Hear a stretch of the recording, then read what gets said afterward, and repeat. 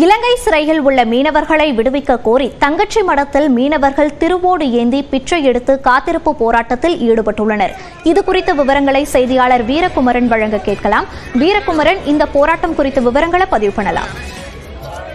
மோனிஷா, இலங்கை சிறையில் உள்ள மீனவர்களையும் படகுகளையும் உடனடியாக விடுதலை செய்ய வேண்டும். கிடப்பில் போடப்பட்டுள்ள இந்தியா இலங்கை மீனவர் பிரச்சனையை துரிதப்படுத்த வேண்டும் உள்ளிட்ட கோரிக்கைகளை வலியுறுத்தி கடந்த 4 நாட்களுக்கு முன்பாக போராட்டத்தை முன்வைத்தனர். காத்திருப்பு போராட்டத்தை முன்வைத்தனர்.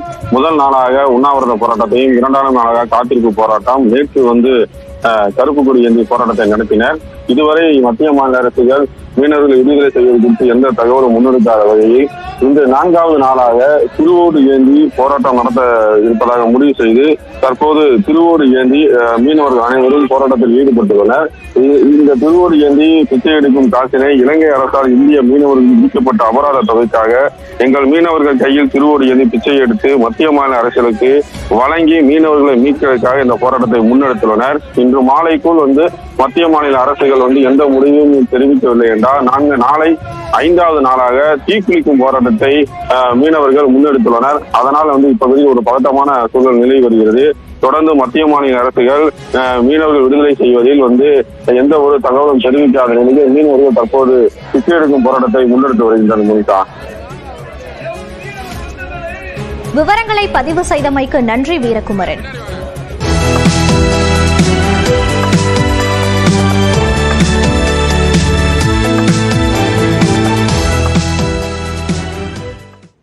பனிரெண்டாம் வகுப்பு மாணவர்களுக்கான பொதுத் தேர்வு தொடங்கியது. தமிழ்நாட்டில் 12ஆம் வகுப்புக்கான பொதுத் தேர்வுகள் மார்ச் 3ஆம் தேதி தொடங்கி மார்ச் 25ஆம் தேதி வரை நடைபெறும் என்று பள்ளிக்கல்வித்துறை அறிவித்திருந்தது.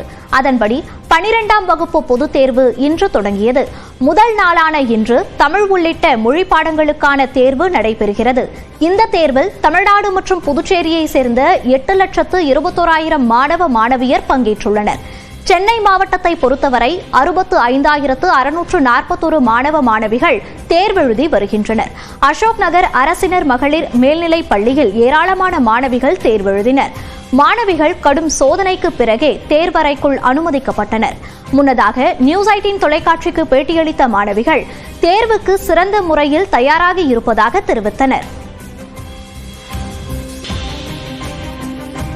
தமிழ் நல்லா ப்ரிப்பேர் பண்ணியிருக்கேன். நான் படித்த கொஸ்டின்லாம் வரும்னு வேண்டியிருக்கேன். நல்லா வரும். எல்லாரும் ஈஸியாக நல்லா படித்து பாஸ் பண்ணணும். 5 வருஷம் எக்ஸாம் எழுதக்கூடாதுன்னு சொல்லியிருக்காங்க. அதனால் காப்பி அடிக்கக்கூடாது. படித்ததை மட்டும் ஒழுங்காக நிதானமாக படித்து பார்த்து கொஸ்டினை 1க்கு 2 தடவை ரீட் பண்ணி பார்த்து நல்லபடியாக எழுதணும். இந்நிலையில் அசோக் நகர் மகளிர் மேல்நிலைப் பள்ளியில் பள்ளிக்கல்வித்துறை செயலாளர் சந்திரமோகன் ஆய்வு மேற்கொண்டார். அப்போது செய்தியாளர்களிடம் பேசிய அவர் முறைகேடுகளை தடுக்க பறக்கும் படை அமைத்து கண்காணிக்கப்பட்டு வருவதாக தெரிவித்தார். ஒவ்வொரு ஸ்கூலுக்குமே சீஃப் சூப்பரிண்டெண்டன்ட்ங்கிற வகையில் அந்த தேர்வு நடத்துவதற்கான அனைத்து ஏற்பாடுகள் செய்ய நம்ம நியமிச்சிருக்கின்றோம். எந்த விதமான அசம்பாவம் நடந்துடக்கூடாதுங்கிறதுக்கு முறையில் 10 ஹாலுக்கு 1 என்கிற முறையில் ஒரு ஸ்குவாட் அமைச்சிருக்கின்றோம்.